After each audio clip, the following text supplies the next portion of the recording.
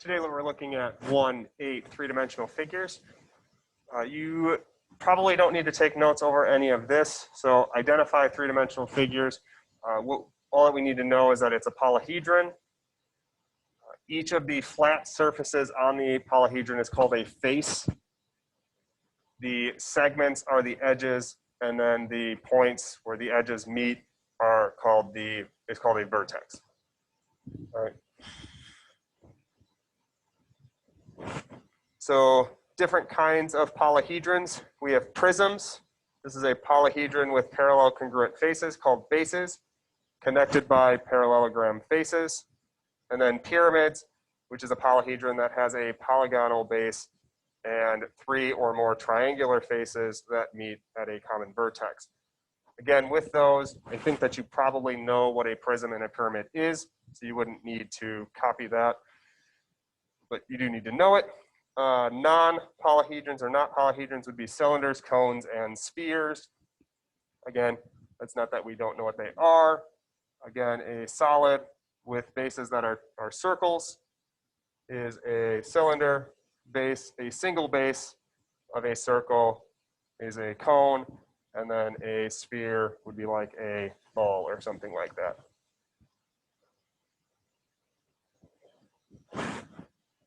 Polyhedrons or polyhedra are named by the shape of their bases.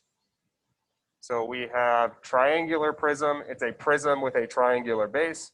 Rectangular prism is a prism with a rectangular base, right? And so on. Triangular pyramid, triangle is a base for a pyramid. Pentagonal pyramid is a pyramid with a pentagon as its base.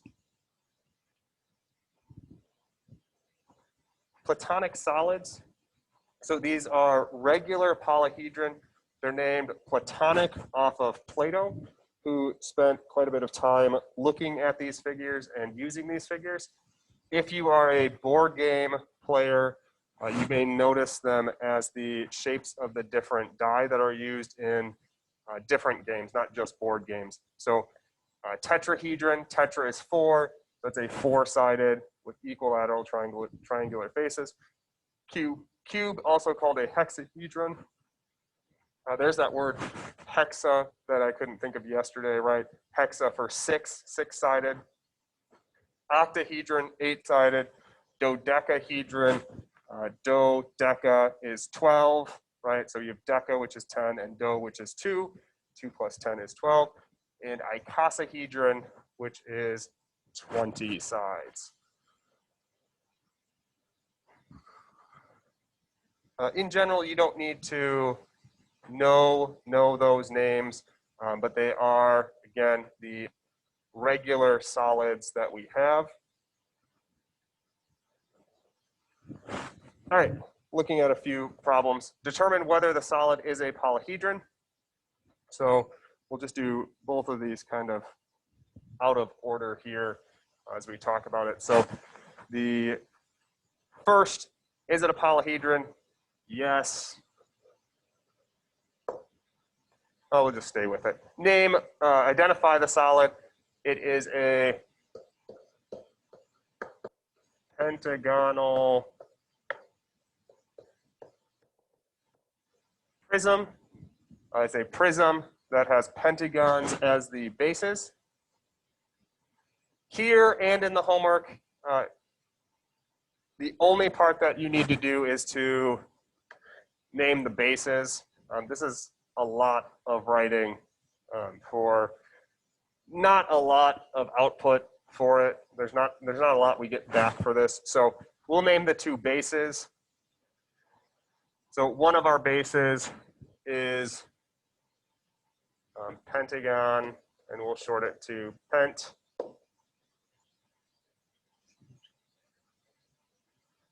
H-I-J-K-L.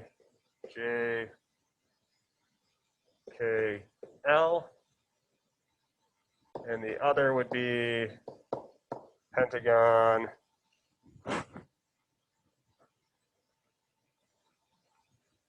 M-N-O-P-Q. Now again, you could name it I-J-K-L-H as long as those things go in order. So So again, just to kind of go through it, the faces, those are the bases. The faces would be all of the other parts. So like HINM, JINO, HJOP, APOL, LHMO, and that seems like a lot. But then you would get to edges, which would be all of the other parts. So the segments HI, IJ, JK, KL, LM, QM, MN, NO, OP, and PQ, as well as LQ, HM, IN, JO, and KP. And then the vertices at L, K, J, I, H, Q, P, O, M, and N.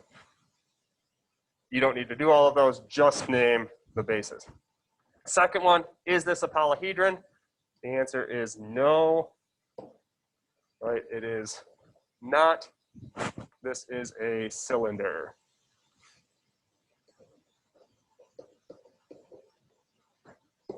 And then there's nothing else that you need to do.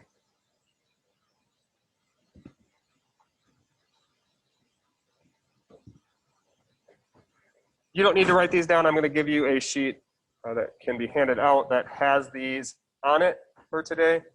So prism, regular pyramid, cylinder, cone, and sphere. These are the surface areas and the volumes. The sheet may also mention something about a lateral area, or LA. Usually that's part of our surface area, so you'll just need to put that together. So surface area for a prism is the perimeter of the base times the height plus 2 times the area of the base. The volume is the area of the base times the height. For a regular pyramid, you have the surface area as 1/2 the perimeter of the base times the slant height. That is the slant height is the perpendicular height down one of the sides, one of the triangles. And the volume is 1/3 the base, the area of the base times the height. Cylinders, surface area is 2 pi r h plus 2 pi r squared.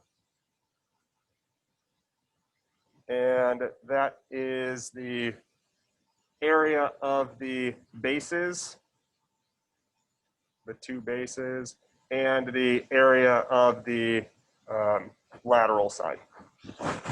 Volume, pi r squared. Pi r squared is the area of a circle times the height, right? So we have the area of the circle times the height gives us the volume of a cylinder. Cone, pi r L, again, that's that slant height times pi r, plus pi r squared. Again, pi r squared is the area of one of the bases. The volume is 1/3 pi r squared, the area of a base times the height. And the surface area of a sphere, 4 pi r squared, and the volume is 4/3 pi r cubed. Notice we jump up to a cube there because we're talking about volume. We have r squared for a surface area. Again, you should have formula sheets for those. For now, I'm not going to have you memorize them. We may have some of these memorized in second semester. All right, find the surface area and volume of each solid. We're going to round to the nearest 10th if we need to. So the first one here is a cylinder. So we need the surface area of a cylinder. The surface area of a cylinder is pi r L plus pi r squared. The radius here is 9, height is 12. So that doesn't give us the slant height then, which is here. But this is a right triangle. So we have a right triangle with sides of 9 and 12. 9 squared plus 12 squared equals c squared. And that gives us C of 15. So this is R of 9 times 15 times pi plus pi r squared, which is 81 pi. 9 times 15 is 135.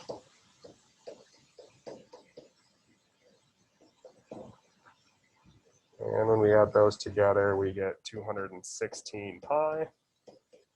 Again, I'm okay generally with that answer. Otherwise, if you're rounding to the nearest tenth, then you do need to use the pi button on a calculator. 678.6 inches squared. Area for a cone is 1/3 pi r squared h. Again, notice pi r squared, that's the area of a circle, times the height, and it's 1/3 of that. So here we get 1/3 r squared is 81 times the height, which is 12, times pi. 1/3 of 81 is 27, times 12 is 324. And when we multiply that by pi, we get 1017.9 inches. We are in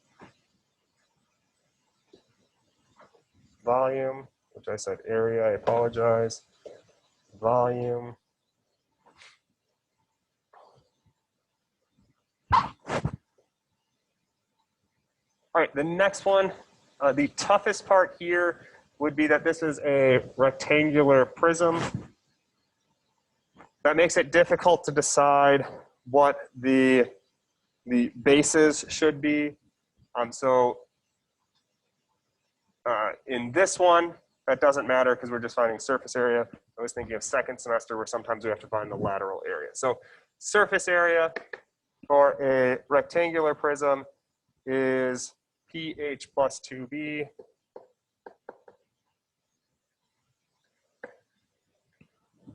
So it doesn't matter what we pick as the basis here.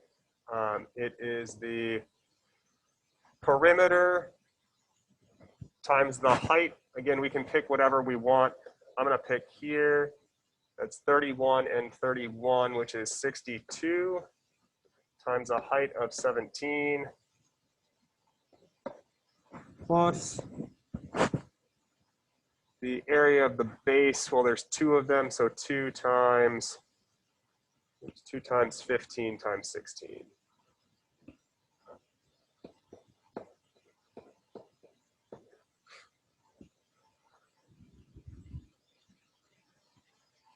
(62 times 17 plus 30 times 16, 1,534. We are in meters squared.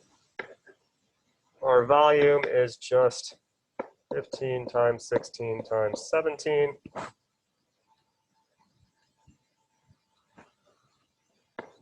Which is 4,080 meters cubed.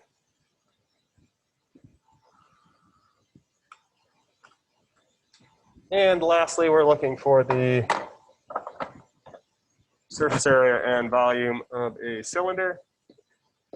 Our surface area is 2 pi r h plus the area of the two bases. R is 5, h is 7. So we have 2 times 35, that is 70 pi, plus the area of the base here is pi r squared. So 2 pi r squared. R squared is 25 times 2 gives us 50 pi. That's 120 pi.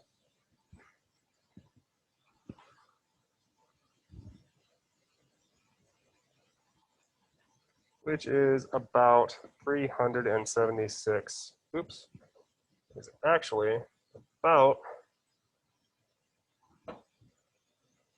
377.0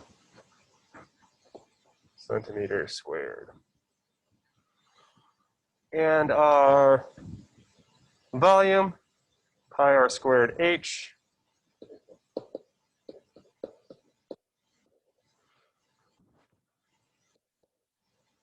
The radius is 5, so that's 25. Height of 7, so 25 times 7 times pi.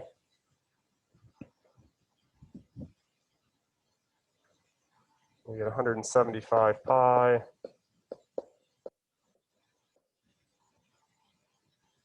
Which is about 549.8 centimeters cubed.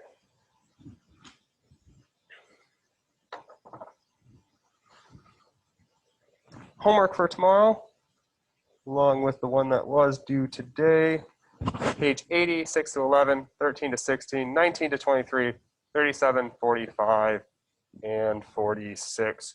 You have time to work on it now, which is what you should do, spending time to work on one of these two assignments